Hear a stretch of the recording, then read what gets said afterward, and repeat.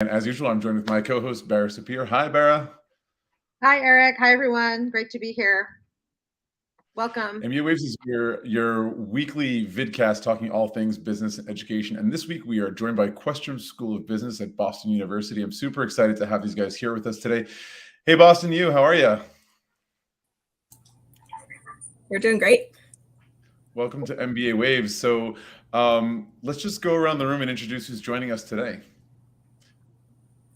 We'll start with Liz, I guess. I'm happy to start. Hi, everyone. Thanks so much for being here. My name is Liz Wagoner, and I am Director of Admissions for the Online MBA here at the Questrom School of Business. And I'm thrilled to participate and talk a little bit more about our different MBA programs here at Boston University. Thanks, Liz. And next up, Anya. Hi, everyone. My name's Anya Gelernt-Dunkle. I'm excited to get to talk to you today. I am our Associate Director working on our Professional Evening MBA. That is our part-time residential, so in person here at Questrom on campus, our part-time program that meets in the evening, as the title describes. I'm really excited to get to talk to all of you, tell you a little bit about BU. Awesome. Thank you, Anya. And last but not least, Marisa. Hi, everyone. I'm Marisa Morgan. I am an associate director here in graduate admissions, and I work most closely with our Full-Time MBA program, which is also the residential program here on campus. Awesome. Thank you. Bara, did you want to take it away with the questions? Sure. I'm going to I guess I didn't exactly introduce myself. So I'm Bara Sapir, and I'm with City Test Prep and Mindflow, and I'm in San Francisco. And Eric, when you get a chance, you'll be able to say who you're with as well, candidate coach, and we run MBA Waves. So what I want to know is what's really new and exciting at BU Questrom? Anyone? I suppose I'll kick us off. I mean, it's not so new anymore, but it feels really new to me, is our Online MBA. We launched it sort of new still in fall 2020 and really exciting. So it was sort of in the works before the pandemic, but of course the pandemic, I think, made online learning more accessible to a lot of people, and they realized this is something that they can participate in and have a really great experience. And so we were really excited to sort of be able to launch our program during the early days of the pandemic. And so the Online MBA has been going now for a couple of cohorts, and our first cohort is graduating this end of August. So we're really excited to sort of have everybody have gone through all of the modules and had a first run of everything. And we are now officially at scale, which is really exciting and is something that we've been working towards for since the launch of the program and getting up to sort of full scale. And we are.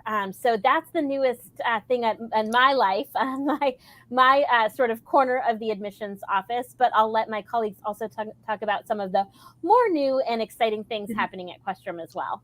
Before the rest of you jump in, Liz, can I just ask you, what do you mean by scale? What does that mean for Questrom? Sure. So for us, it means sort of at scale and we really look at scale as opposed to quality at scale. And so it's really important for us that we maintain the quality of the program, the quality of the experience, while also bringing it to as many people as we can. And so really the price point of the Online MBA paired with the sheer volume allows for more individuals to be able to participate in an MBA program. And that's something that's really sort of important to us and is at the cornerstone of building out this program. And so for us, it's over 500 in every incoming class, essentially every 6 months. So we are enrolling a class of about 500 every January and every August. So it is busy. It keeps me on my toes, but we are thrilled. We've got a class just over 500 that are starting in about 2 weeks.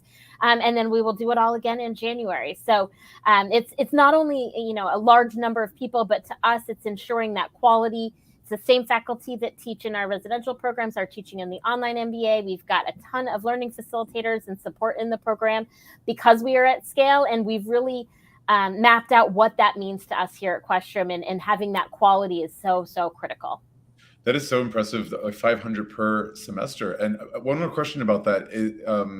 Is this Online MBA program 1 or 2 years long or something in between? That's a great question, Eric. It is 2 years or a full 24 months. So you have up to 6 years to complete the degree. So you do have some flexibility if you want to take a semester off, but it's designed to be done very quickly. And it's faster than a lot of part-time programs, including our residential part-time program.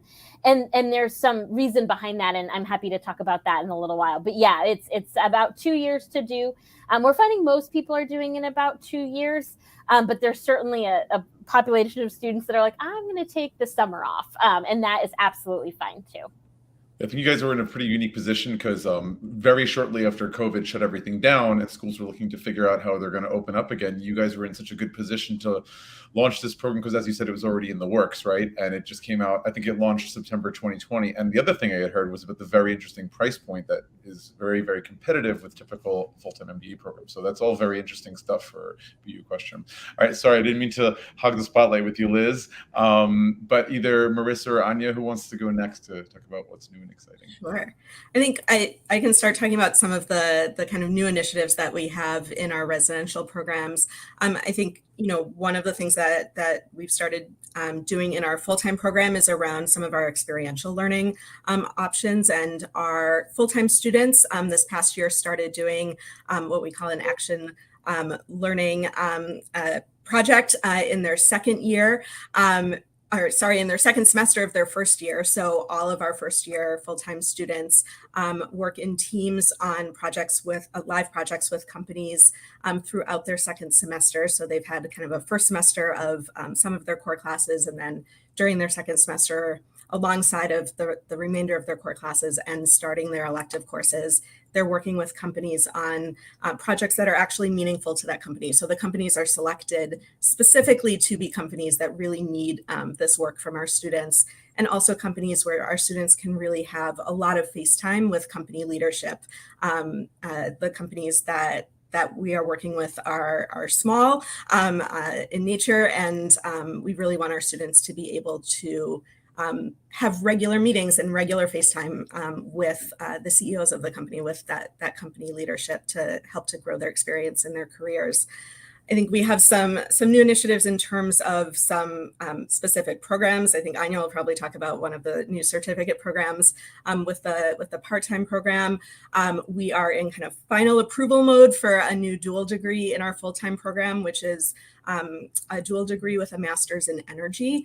So folks in that program will be in our social impact MBA, specializing in energy and environmental sustainability at Questrom, and then getting their master's in energy with our School of Arts and Sciences at Questrom. So, some of the kind of overall program enhancements, and then also new and additional programs within those residential programs that we have.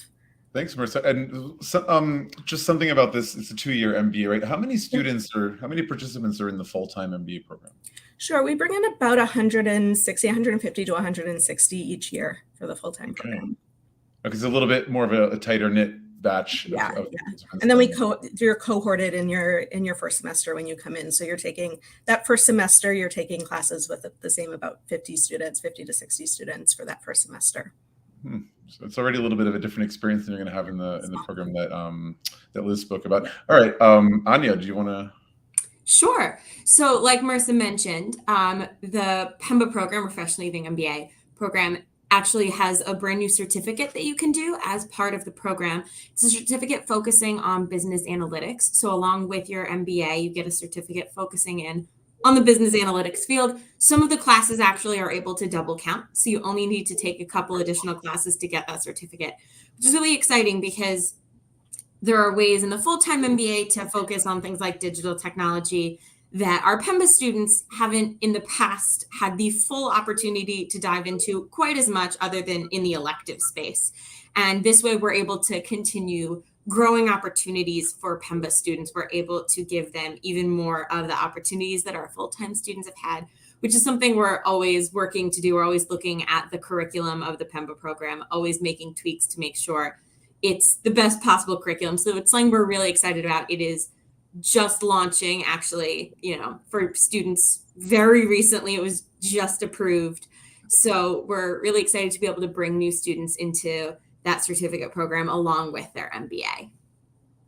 Awesome. And maybe you could just distinguish for some of our viewers today. And by the way, anyone who has any questions, whether you're joining us through LinkedIn, Facebook, or YouTube, you can feel free to write in any questions at any time, and one of the panelists will be happy to answer. But just to differentiate for our viewers, the difference between a professional MBA and an executive MBA. Sure. So what we have here at Questrom is our professional evening MBA. It is designed so that so that students have a lot more kind of the access in terms of both resources and in terms of classes being taken that our full-time students use. So students are able to do career concentration. Students have full access to things like, career development. There are those case competitions. It's a program that can take anywhere from 2 to 6 years, depending on how slowly or quickly a student wants to go. It's for students, I think the mid 80% range is pretty broad. It's 2 to 11 years, but it's for students who are, not beginning, but earlier to mid-career. So students who might be wanting to make a shift in their career are able to really take advantage of this program without stopping working. They're able to continue working while getting that degree, where, an executive MBA might be more for people who are even further up in their career, who are looking to just take the next jump. This gives students the opportunity to do that, or to maybe make a career shift, whatever it is they're looking to do, while continuing to move up in that career at the same time. That's clear. Thank you. Okay, so today's episode of MBA Waves. Oh, sorry, Bara. I've got a question. So you have these 3 different programs, and I'm curious if all of the requirements for admission, and since I'm coming from the test prep world, is it the same, or is it like the Mba program just accepts the EA? Or so how do you differentiate? And can a student apply? Will a student apply to just a particular program? And would you look at them and say, oh, they'd actually be better in our other program? Do you have that kind of communication between you? Good questions. Yeah, maybe I'll start and then pass it over to Marisa. So we do have different requirements for different degrees. So they are all getting an MBA. It's the same MBA regardless of your modality at Questrom. But particularly on the test prep, there is some differences. So for the online MBA, we don't require the GMAT or the GRE. But say on the full-time side, we have waiver opportunities. I'll let Marisa speak to those. I just lost my train of thought. What was I had some brilliant point, I'm sure.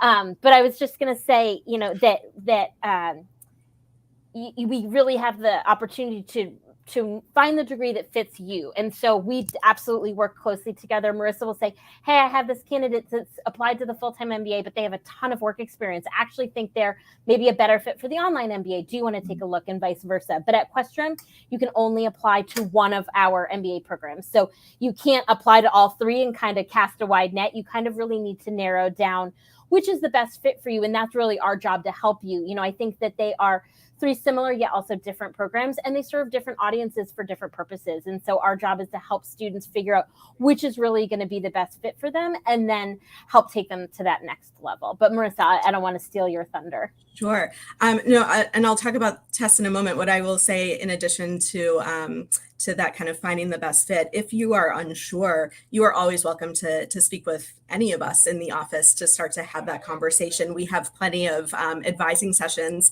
that are always available. You can find those through our websites. We're all kind of always happy to kind of help you navigate which one might be the right program for you. Because ultimately we want you to be successful in the right program, right? And we want you to find the one that really is the one that speaks to you. And so, from at kind of different time points in the application process, whether it's really when you're just thinking about the degree and thinking about what you might want to do, and you want to speak with one of us, have an advising session, to, as Liz was talking about, once you've applied, the 3 of us kind of looking at applications and thinking maybe it's a better fit somewhere else. We definitely do that. To speak to the requirements, really the biggest difference in this upcoming year is going to be in the full-time program, going back to that test required. We will have waiver opportunities in the full-time program, and those will be up on our website in the next few weeks, and there will be a form up on the website if you feel that you fit one of those waiver requirements. But we're looking, if you already have a master's degree or an advanced degree, if you already have a quantitative certificate like a CPA or a CFA, if you did your undergrad in a quantitative field, so one of the STEM fields, business, statistics, math, engineering, with no GPA kind of requirement there, or if you did your undergrad in any other kind of field with a 3.1 or above. What I will say is those are the kind of base requirements of being able to request that waiver. We'll still look through your documents that you submit. We'll ask you to submit your resume and your transcripts for us to be able to approve that waiver or not. But if you believe that you fit into one of those categories, definitely look at our website in the next few weeks for those forms to ask for that waiver. Okay, I'm going to get in the weeds for just a minute. Yeah. So please. let's say you can get a Sure. waiver, right? Let's say you've got an economics master's degree. Sure. If you take the GRE or the EA, do you accept the EA also for the full-time, or just the GMAT? We don't accept the EA for the full-time. We accept either the GMAT or the GRE.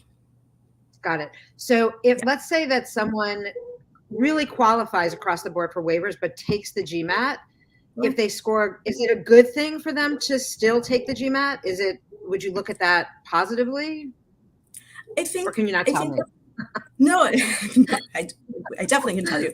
I think the place where I would always recommend, if the test is something that you have the ability to take and you think that you have the ability to give us a successful test, I think that, the test is going to be one of the factors that we are going to look at in scholarship. So it's going to be helpful in that sense. It's always another area that we can look at in admissions that kind of adds to that profile for you.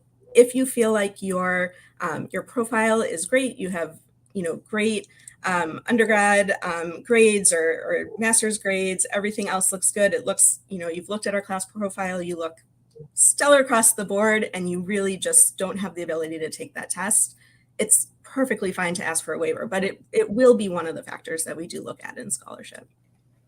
And I would just add, Right. even for the online MBA, where it's not required, we definitely still have students that submit the scores. And like Marisa said, especially if you have a good score, it's not going to hurt your application. And it's another thing that we can look at. And one of the things we're looking at is your quantitative aptitude. So if we don't have that evidence in your undergraduate education, then we might look to see, did they take the GMAT or the GRE? And look, they did. Oh, no, look, they did really well in their quantitative score. Great. We don't have any concerns. Or, they, like me, studied history and rhetoric and have no quantitative in their background.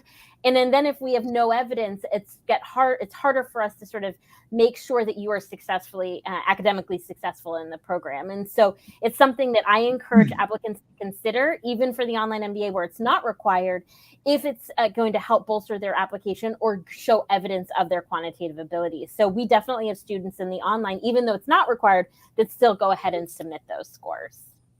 Mba is really similar to the online in that sense, because we do have a lot of students who come in from non-traditional business backgrounds in terms of both career and what they studied. So I'll often talk to students about the fact that, they studied history and rhetoric, or they may have studied English. I was actually speaking to a student earlier today who was asking about that because she studied English in undergrad. And the fact that the work she does is somewhat quantitative, but not heavily so. And the fact that the test can really help her application stand out in showing that she comes from non-traditional background, but will have the ability to be successful. So even though we don't require the test for Mba, it can certainly be a benefit. I would say the other thing about the test is if you've been out of school for a while, sometimes just the prep work that you have to do to take the test can help get your head back into that space that you need to be in to start the program, right? And so there are other ways that you can do that, things like MBA math and different prep programs, but just the kind of prep work that you have to undertake to be able to take that test can help. If you've been out for a while, you haven't taken a math class in a long time. I was like that when I took the GMAT. You can sometimes use that to start to kind of get back into that space of thinking that you're going to need to be in as you start classes. Absolutely. Like they say, the GMAT is your first MBA class. Bara, thanks for those really pertinent questions. And thank you, Liz, Marisa, and Anya for those really thoughtful responses. And, all of those things make me think of, as an admissions consultant with Candidate Coach, like I always, advise my clients to front load their research. And as you were saying, like, with Questrom, you can't apply for all three or even two of them. It's really important to understand which is the best and most adapted. And by getting to know the three of you and speaking to you as well as current students and alumni is the best way to figure out which is the best and most suitable program to apply for. So what I was going to say earlier, and when I finish my question, I'm going to run over there and turn on the fan because it's 106 degrees here in Paris, or like 42 for those who, the rest of the world who uses Celsius. But anyway, I was being kind for the US. So today's episode theme on MBA Waves is about creating value, right? So I wanted to ask, you guys have shared so much already, but I wanted to just ask if there's anything else that comes to your minds, some of the standout or unique features of each of the three Questrom MBA programs that aims to create value for the world. I think for me, what really kind of stands out for the program is kind of the way that we think about business, right? I think it's a program that really focuses on ethical business. It's a program that really looks at the impact that business has on the world around us. And so in our full-time program and in our Mba program, students can choose to specialize in social impact or in healthcare. We have our social impact MBA and our health sector MBA as kind of specializations within our MBA. But even if you are not in one of those specializations, cases that you see and the way that we look at those cases will always kind of include discussions about the impact that our decisions make on the people around us and on the communities and world around us. So not just looking at that kind of financial bottom line, really focusing also on other things that our decisions affect. And so for us, the value that we create is not just financial value, it's value to the world. And we look at that, especially with our social impact MBA and our health sector MBA, but really across the board with any of our programs, and really thinking about those kind of ethical questions as we make decisions in the programs. Nice to hear. Any of Anya or Liz want to chime in? Yeah, I'll jump in as well. I mean, I think Marisa hit the nail on the head. And what I love is that we've built sort of ethical leadership into all of our curricular experiences at Questrom. So even in the Online MBA, you have 6 modules. Ethics and sort of leadership is one of the 6 modules, and sort of leading with integrity is really, really important. And I like to think of sort of our tagline of creating value for the world as sort of creating value for yourself, creating value for the company or organization that you work for, and for the world around you at large. And sort of it can be threefold. And I think that one of the things that really sets Questrom apart is intentionally building this sort of ethical leadership and weaving it into every experience of every single MBA student. And I think that is really, really important. And I don't want to echo everything Marisa said, but I think sort of just drawing attention to that's part of every curricular experience as a Questrom MBA has, I think really sets us apart sort of in the market. I think the fact that also all three of us can talk to that, and it's not the fact that the Online MBA has also incorporated that, and the Part-Time Professional Evening MBA has incorporated that, I think speaks to the way that Questrom isn't just making that, one little piece of, one program. It's a fundamental part of what we are as a whole school, and the fact that you're able to put all of these concepts into practice in your classes because we're so focused on community and collaboration. And so you're able to practice leadership skills within a group, within the classes in which you're learning about these concepts. I think it's one of the things that helps create value and also helps us stand out in all of the programs we're talking about here.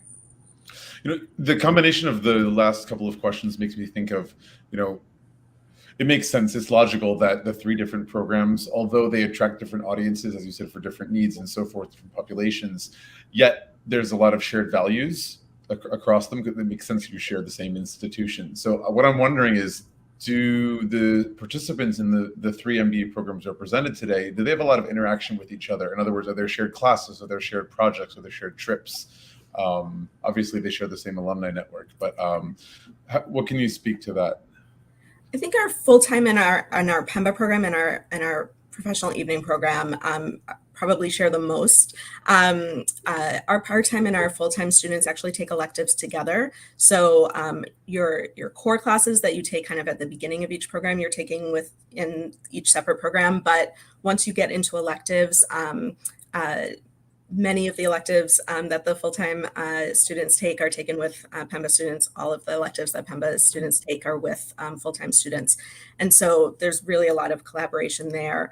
All of the kind of outside the classroom opportunities that are available to both full-time and Mba students. So clubs will have both full-time and Mba student council, any of the trips and experiential learning opportunities, case competitions, things like that, all include both full-time and Mba students. So those two populations definitely have a lot of collaboration and learn from each other. For us, it's great from both sides. I think it allows us to expand the number of elective offerings that we have because it expands the population of people who take those classes. For our full-time students, it's awesome because they're sitting in these elective classes as they're getting ready to graduate with people who are currently working at the companies that they are looking to work at. And so it really expands their current networking. They're able to sit in those classes. I know I'm an alum of our Mba program actually, and I think our most popular student in our class one year was worked in HR at Liberty Mutual, and we all went to him with our cover letter saying, "Would this be something you would pull off the pile?" It just really allows our full-time students who have taken 2 years out of the workforce to really get back into making those networks with people who are working currently in those companies. I'll let Liz speak a little bit to kind of how the online fits into that. Yeah, I mean, I think the big thing is that with the online program, they're not able to take any of the on-campus classes. So we sort of differentiate the residential programs versus the online program. But they are, some of our student clubs and organizations have reached out and said we would like to include the online students in this conference or this event. And one of the big things we're talking about that I'm really excited about is for our residential students, we have 500 students who they can network with and who are in jobs they want already because they're maybe a little bit more along in their career. And so it's a really great opportunity. And we're talking with the alumni office as well as the career office on how we can partner some of our early career professionals with our online MBAs who are a little bit further down the road in their career and utilize mentorship programs or just opportunities to say, hey, we have this great opening and you're a really great fit, and leaning on this fantastic resource for our residential students in our online MBA students. And so I see a world in which there's going to be a lot more collaboration down the road. To be honest with you, I think the last 2 years was more just getting the program up and running and figuring out what this is and what this looks like and who we are as an online MBA program. But now that we have finished or about to finish all 6 modules, I think there's this fantastic opportunity to really collaborate more as the Questrom School of Business and take it sort of to that next level.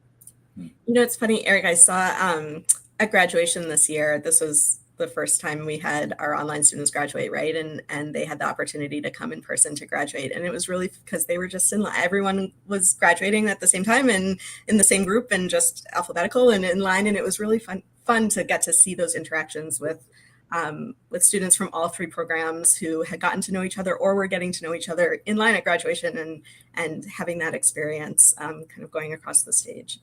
And I think that that's helpful also because, for the full-time program and for Mba, our students are here in Boston, right? Whereas, business students in the online MBA can be anywhere and they can, just about anywhere. And so students who might be thinking, if, a full-time student who might be thinking that they want to move somewhere else after graduation, can then potentially kind of through networking, maybe work with, meet some of these online students, get to know them, get to learn about opportunities and make those connections outside of the Boston network. And then students from anywhere else in the world who might want to kind of, on the other hand, learn more about Boston will have those connections as well. Nice. And it makes sense as they're, transitioning to becoming alumni that they're sharing that group, right? And like you said, all groups mixed together alphabetically coming across the stage. So it's a kind of a very symbolic rite of passage, let's say. Yeah, that also brings to mind, and I think you've all sort of touched upon this, is that there's a culture, right? There's a culture that each of your schools are creating, and we're always talking in the MBA world about finding the right fit, that the student has the right fit, and it's great that all of you also speak to each other, right? It's not only someone trying to figure out what's the right fit for them academically, but I'm curious if you can talk a little bit about the unique flavor that you're delivering the nuts and bolts of the MBA, and what the unique culture either at the schools or at the BU program is, if you can elaborate on that. Sure. I think it's a really collaborative program. I always like to say, if you don't like working on a team, don't come to Questrom. It's not the place for you. Granted, business is probably not the place for you, but I think you are going to be really kind of thrown into a teaming culture and a collaborative culture right from the start. In our full-time program, during launch, which is what we call our orientation, you are going to spend a day out on Thompson Island, which is an island off the coast of Boston run by Outward Bound, and doing ropes courses and teaming activities. And that is really kind of like the start of the program. But that teaming curriculum is thread throughout the program. We have a faculty member, Paul Hutchinson, he goes by Hutch, who really has developed this program and will be developing that program through all of our programs at Questrom. And that kind of sets up the community within Questrom to have that collaboration, to come into classes that are very discussion based, and have students who are coming from all different backgrounds, as Anya talked about, coming from, all different sectors and jobs and cultures and countries and everything, to come together and speak to cases and have conversations about what they're learning. What it creates is a place where students really help each other. It is not a cutthroat community. It's not a place where students are kind of clawing over each other to get the best grade. That's also, if that's you, this is not the place to be.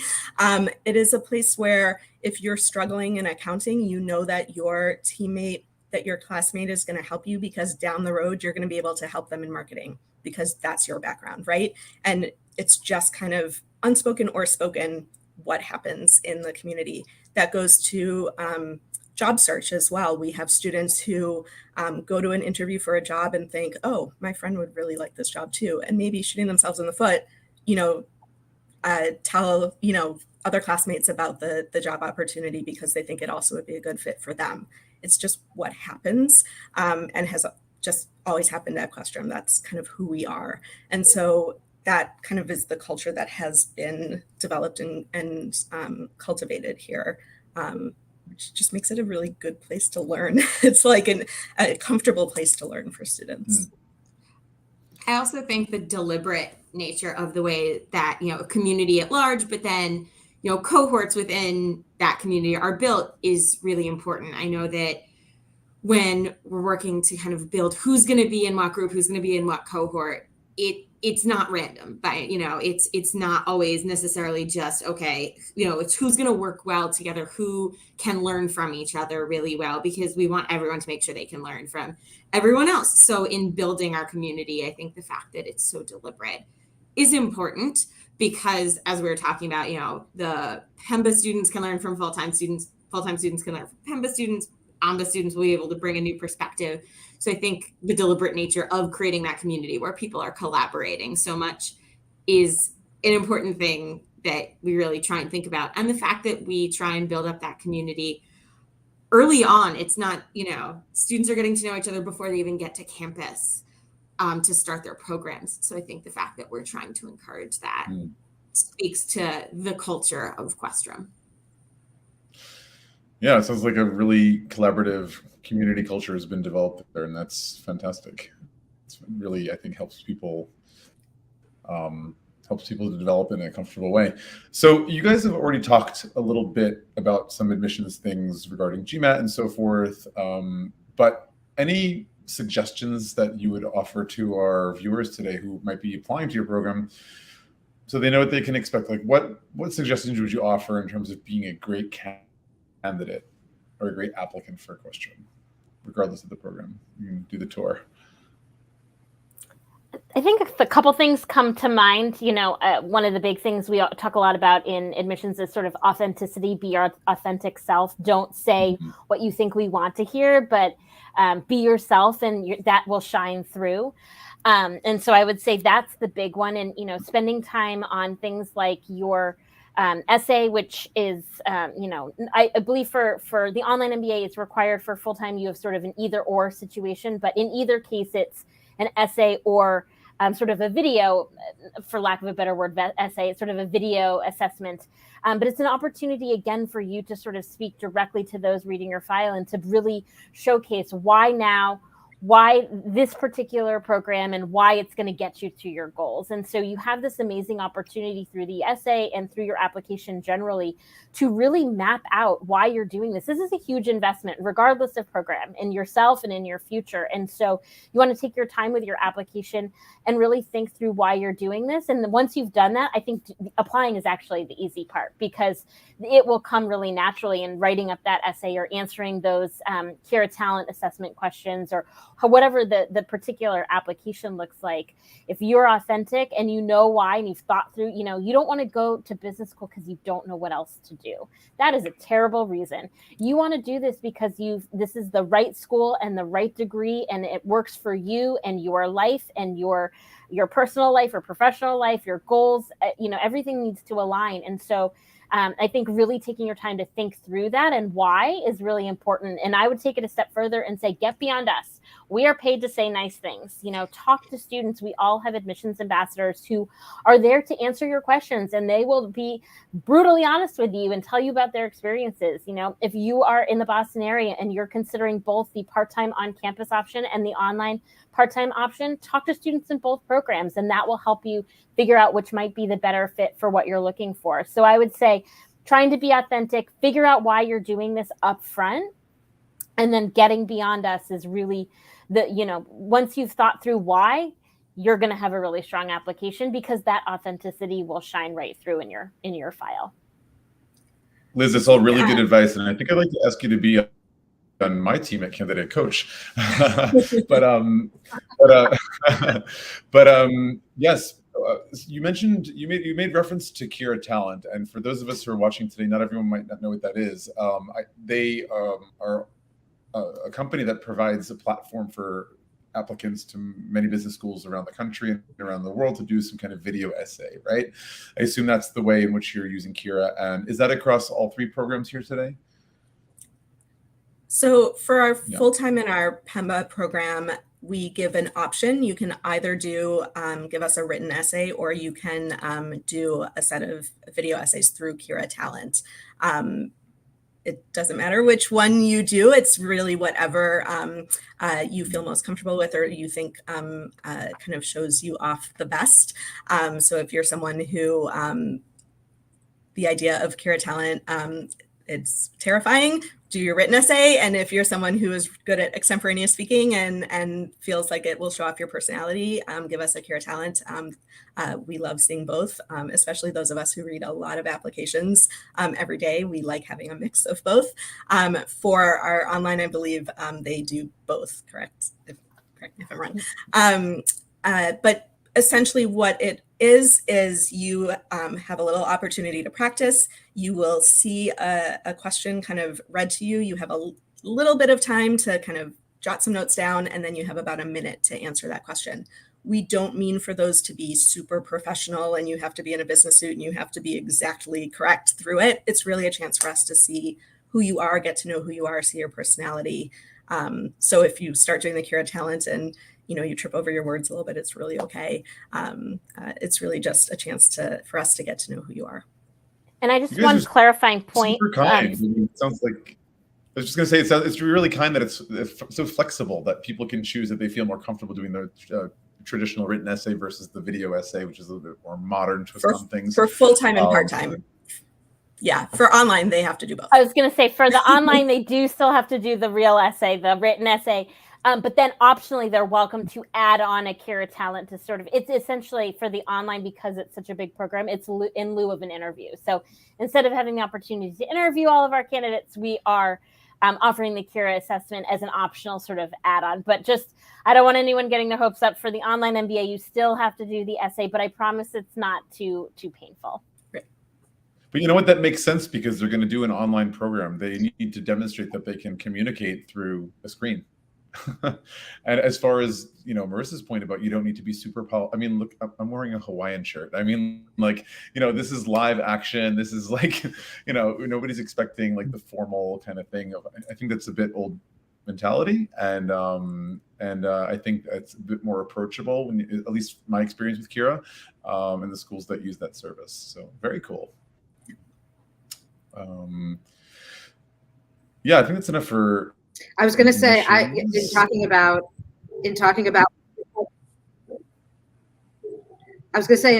what we're wearing, I was thinking today, like it's chilly in San Francisco right now, and I was like, but how could I possibly wear a turtleneck? But it's chilly today. I wanted to have some empathy for all of you in a heat wave, but it's really cold today. I wanted to also underscore what one of you said, apply, like don't write about you have nothing better to do, and really just think about if going to any grad school, business school, law school, like if it's nothing better to do, to really take an opportunity to do the work on yourself, to figure out what is it that you want to do in the world, right? Because you really want to, it takes a lot of effort, time, money, devotion, and certainly writing an essay about not having anything better to do is not going to get you in really anywhere, right? That's just not, it's not dynamic or exciting. So just to underscore that. In terms of visiting, what are just let's leap over to that. Like, do you have a virtual tour that you recommend people to go through, or can people come to campus now that things with COVID have been a little bit relaxed? Although it's not San Francisco, we're having a surge. But what's happening with Questrom? Sure. We have a number of different opportunities, both virtual and in person. So we have started bringing back a lot of different in-person opportunities to look at our programs. We will have a number of different events coming up starting later this summer and into the fall, including information sessions and application workshops and opportunities to network in different ways and learn about different areas of our programs. Those will be both virtual and in person. So if you can be in Boston and you can come see our campus, which we think is great because it's a really great way to get to know that feel of the school, to get that gut feeling of, can I be in this classroom? If you're looking at the full-time or part-time student, part-time program, can I be in this classroom for 2, 3, 4 years? It's a great way to get to know the program. But if you can't, get to know us virtually. Do one of our virtual sessions, get to know some of our students in a virtual session. We'll be going back to class visits for our full-time and our part-time program. So you'll have the opportunity starting probably early October to come in and sit in on one of our classes in the evening. We'll also have some opportunity to do some mock classes virtually as well. So from wherever you are, you have the opportunity to kind of get to know us in different ways. And I just want to put in a plug on August 9th. So August 9th, we are having an MBA Program Showcase. So you can come log on virtually. I think it's going to be at 7:30 p.m. Eastern time. And it's an opportunity to sort of hear a little bit more about each of the MBA programs at Questrom, as well as our MSMS program. And so it starts with an overview of Questrom generally, then goes into a sort of 5 minutes on each program, super high level. And then we go into breakout rooms where you can meet community members and learn more in depth about each of the MBA and the MSMS degrees at Questrom. So if that is of interest to you, you can sign up right on our website. It's sort of our premier event of the summer. And it is an awesome, awesome way to sort of in an hour learn a lot about Questrom and the offerings in from a virtual setting. Thanks, Liz. And if there's a specific website, you can pop that into the chat and I'll share it on the screen if you want to share that. But meanwhile, I wanted to ask, about one of the big parts of a lot of MBA programs. Like a lot of the MBA programs around the world include something that's sort of a consulting project. And I know that may differ in name and in detail among the three programs here today, but what student projects does Questrom offer for their three MBA programs? Sure. For the full-time program, we have that action learning project that I talked about at the beginning that happens in that second year, or second semester of the first year. I keep screwing that up. There are also specific elective classes that students can take that include a consulting component to it. One in particular that's quite popular is one that includes a trip to Beijing at the end because you're consulting to companies that are in China. And our fingers crossed, we're hoping to bring that trip back. The last couple of years, that trip has been virtual, but we're hoping our students will be able to get back to Beijing at the end of first semester this year. There are also a number of different opportunities to consult outside of the classroom as well. One of our premier extracurricular activities at Questrom is something called Link Day, where we bring in nonprofit organizations from all over Boston who need some help, but they're nonprofit organizations and can't necessarily afford, the top consulting companies in the area. And our students team up and spend a day really working closely with these organizations to solve some of the challenges that they have. It is kind of run by our social impact club, but students from across the community, both full-time and part-time, participate in that. And it has been going on for a very long time at Questrom, is very popular with our students and very popular with the Boston community and the nonprofit community in Boston. Nice. Any of the other two programs offer some kind of, sorry, Bara. Go ahead, Eric. Go ahead. I was just asking if any of the other two programs have some kind of consulting projects that are similar that you guys wanted to mention. So on the online side, not as much, more because our students are our consulting projects. So actually for Mod 2, which is our really quantitative module, the students actually build a data dashboard, and a lot of them actually use that opportunity. There's a capstone, an action-oriented capstone at the end of each module in the Online MBA. And a lot of our students will use that for projects at work. So I know of a student that found a challenge at work, built his data dashboard for Mod 2, and then gave it to his work. And now his entire work uses the data dashboard that he made in his Online MBA sort of project. So there are a lot of opportunities where you can get involved in things like that, but it's going to look a little bit different, in part because our students are working full-time throughout the duration of the program, and just in the way the program is set up through the modules. There are affinity groups also that are sort of based in consulting. They look a little bit different than the student groups and student organizations on the residential side, but certainly there is opportunity in the Online MBA if that is of interest. Similarly, the Mba students are also working throughout the whole program. So, the students are able to bring kind of that work perspective into the classroom, from a good number of them might be working for consulting groups already and doing that kind of work. And so they're able to bring that in to the classroom in the projects that they're doing, that, they're much more the project in a much more similar way to what Liz said, to what Marisa said. Though I would say the consulting classes that are electives, like that, right, or participating in Link Day, things like that, are open because both Mba and full-time take all of those electives. They're open to right. The project, the like larger project that we were talking about earlier, is specific to full-time. So can we leapfrog from the consulting projects over to career services? And obviously people who are going into MBA programs are spending a small fortune. And can you talk a little bit about the career services at Questrom and what graduates can expect in terms of employment opportunities, both for local and also for the online program where they could be really anywhere? Maybe I'll kick us off because it's quicker and easier to answer, and then I'll send it over to the options on the residential side. But for the Online MBA, I will be really frank that the career service offerings are limited. Some of that is due to resources and price point.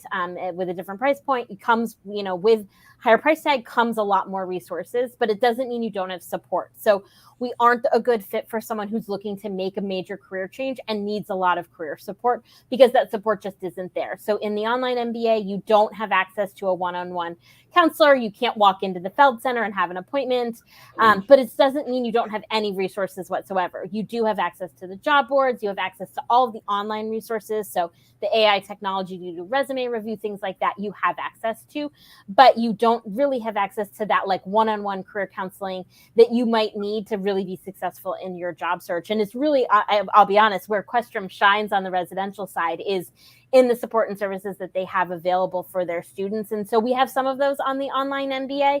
But like I said, most of our students are very well established in their career and are just looking to move up. So they don't need all of that really sort of heavy hand holding because of where they are in their career and what they're looking to do. So we tend to have students that are looking for something different coming out of the program and don't need to rely on those career services. But I want to be really transparent of sort of what is and isn't available on the online side. But on the full-time and part-time on campus side runs the gamut. So I'll let my colleagues take over because this is their moment to really shine. So on the full-time side, our career team will be really the first people that you meet after us. So if you are admitted and you decide to enroll with us, right from the beginning of the summer, you begin to work with our career team, with our career coaches. They are going to work with you on kind of thinking about what you want to be doing, thinking about what type of role you want to be in, what type of sector you want to be in, working on your resume, working on your LinkedIn presence, because as a full-time MBA student, you're going to hit the ground running in that search for an internship, right? And specifically in certain sectors. So if you are looking at consulting, it's almost like the first day of class, you are starting to interview for those consulting roles, some other roles as well. Some other areas, if you're looking for a job, an internship in nonprofit, it's going to come much later in the year. But the kind of process of that moves very quickly for full-time students. So you are kind of working through and required to work with our career services kind of throughout the program in that way. They will work with you, like I said, on resume, on LinkedIn, on interview skills. They will do mock interviews with you that are tailored to the type of interview that you have. Again, consulting interview, very different than a nonprofit management interview. They will help along the way with salary negotiation, all of those different things that kind of come with looking for a job. We also have a team within our career services that really are more outwardly focused and are more of our kind of industry relations specialists, right? They work mostly on kind of making those connections with companies in different industries and different sectors. They are really focused on making connections with our alumni, on bringing companies in to recruit, on bringing companies in to have fairs here. When COVID happened, pivoting and doing a lot of virtual career fairs and career networking and workshops, but starting to bring back in person. So those two teams together really kind of create that support network for our full-time students that happen really integrated throughout those 2 years that they're here. On the Mba side, it's all still available to you. It's just not required because not all of our Mba students are looking for a full job change like our full-time students are. So all of those resources are there for you, and with kind of specific people for the Mba students who are really focused on the Mba students, but it's not required for you. It's there for you if you want it. But you don't have to use them. Our full-time students, you have to use them because that is what you're going to need to do coming out of the program. But there's a lot of support there for you. What I will say is they won't give you a job. They're not going to find you a job, right? It is on you to find the job. And one of our career staff once said to me, and I love the way that they talked about this, is 10 years from now, when you look for the next job, there's not going to be a kind of fair of people standing on your lawn, handing you pens, handing you the swag from their company, trying to get you to their company. So their job is also to help you learn how to network for the next job and the next job and the next job, not just kind of hand you that first job. So you have to put in the work and you have to put in that networking effort and that networking work, but they kind of in turn give you that support to be able to do that. I know what you're alluding to, Marisa, and in the MBA world, especially when it comes to career services, there's a dirty word known as placement.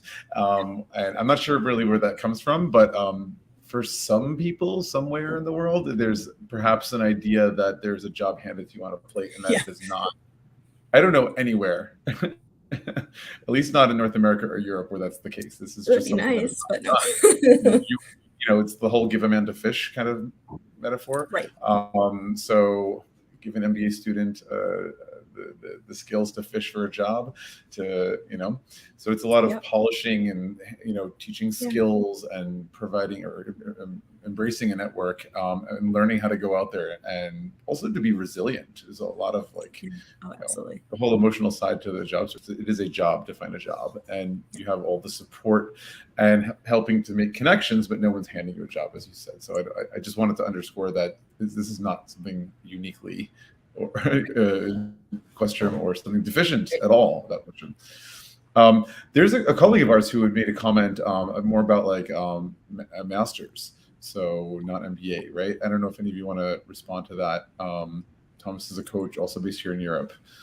Sure.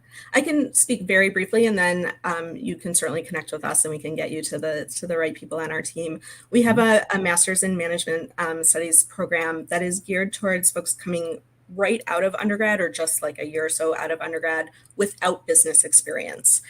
So really students who studied STEM or humanities, social sciences, and they are looking for, it's a kind of a year program, and they're just looking for that kind of extra management piece to get that leg up into the career, into their first career. So that program is a mix of classroom learning and experiential learning. It's a mix of kind of being in the classroom and learning management skills, and then also doing kind of live consulting projects with companies and organizations that come in and work with those MSMS students.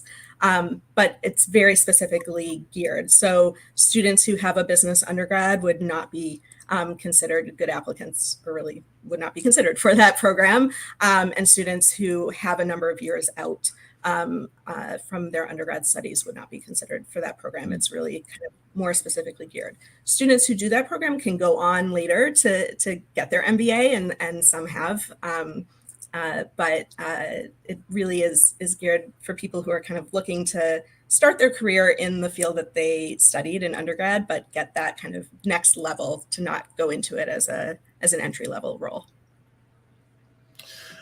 Thanks, Marisa. I'm just noticing we're almost up on an hour. We have a couple of minutes left before, and I don't want to take too much of more of your time, but I do want to talk a little about a population that's very, very important and near and dear to every MBA program. That is the alumni. And I've often heard and even found myself saying an MBA program is as good as its alumni network, right? So what are alumni doing with Questrom? What kind of services also exist for them at BU Questrom? Sure. Our alums are everywhere. We actually, Anya and I were just last night at an event that we had for incoming students, current students, and alumni, and we got to see a bunch of alums come back to hang out, which was awesome. But we have alums everywhere in the world, and just as we have a really diverse incoming group of students, we have a really diverse group of alums who work in all different sectors, kind of all across the world. We certainly have a lot of alums in the Boston area from our full-time and our part-time programs, obviously, but our alums really go everywhere. And now that we have the online program, certainly we'll have alums. We have now our first group of alums, but we'll have alums really, really everywhere through that online program. I think what I love, and I speak to this also because I am an alum myself of the program, what I love about the program and being part of this kind of smaller program within a large university is having access to both the alumni network of Questrom and the larger alumni network of Boston University. It's like the concentric circles, right? So I have my alumni network of my Mba program specifically. I have my broader Questrom alumni network, which is awesome, and getting to connect with people through all of the systems that we have to do that. But I'm also an alum of Boston University, so the Questrom alumni network is about 55,000 strong. The Boston University alumni network is about 300,000 strong, and there might, we were talking about job search. You might be looking at a company and there's not a Questrom alum at that company. There's certainly a Boston University alum at that company, and you have access to that alumni network as well. But our alums are doing really cool things kind of across the world. A lot of, with that health sector and social impact program, people starting cool businesses and organizations and initiatives. We have our Innovate at BU program, where we're really getting students who are looking at entrepreneurship and innovation and starting initiatives coming out of the program. And so you see students kind of creating their own companies and their own jobs, and students becoming leaders at the jobs that they have. So we love seeing them and meeting them when we're out on the road recruiting. Super exciting. Yeah, you guys are everywhere. Yeah. Listen, we're about an hour in now, so I think we're going to wrap it up. First of all, I just want to say thank you to everyone who joined us today. Thank you, Marisa, Anya, and Liz. First of all, thank you everyone in the audience who joined us today live, who's watching this playback after the fact, and especially everyone who asked questions. For those of you looking for more information for all three of the programs, it's very simple. Questrom is very clever in creating an email address that's very memorable, mba@bu.edu. Can't forget that one. So for any questions about all three of these programs, that's the best way, as I'm told. Anything else to add before we say goodbye? Yes, thanks for having us. This was great, and don't hesitate to reach out. Send us an email at MBA, and if you put one of our names, it will get sent on to us. So we are more than happy to connect with anyone that has more questions about any of the programs. Super organized. I love it. Anyway, for those of you who are loyal MBA Waves fans, don't forget to join us next week. We have a really interesting topic. We're going to talk about playing the long game and why starting much earlier generally optimizes your admissions results. We'll be joined by fellow coach and friend Thomas Calandranis. So that said, thank you all for joining us today, and have a great week. Thank you, everyone. Thank you. Thanks everyone. Bye-bye.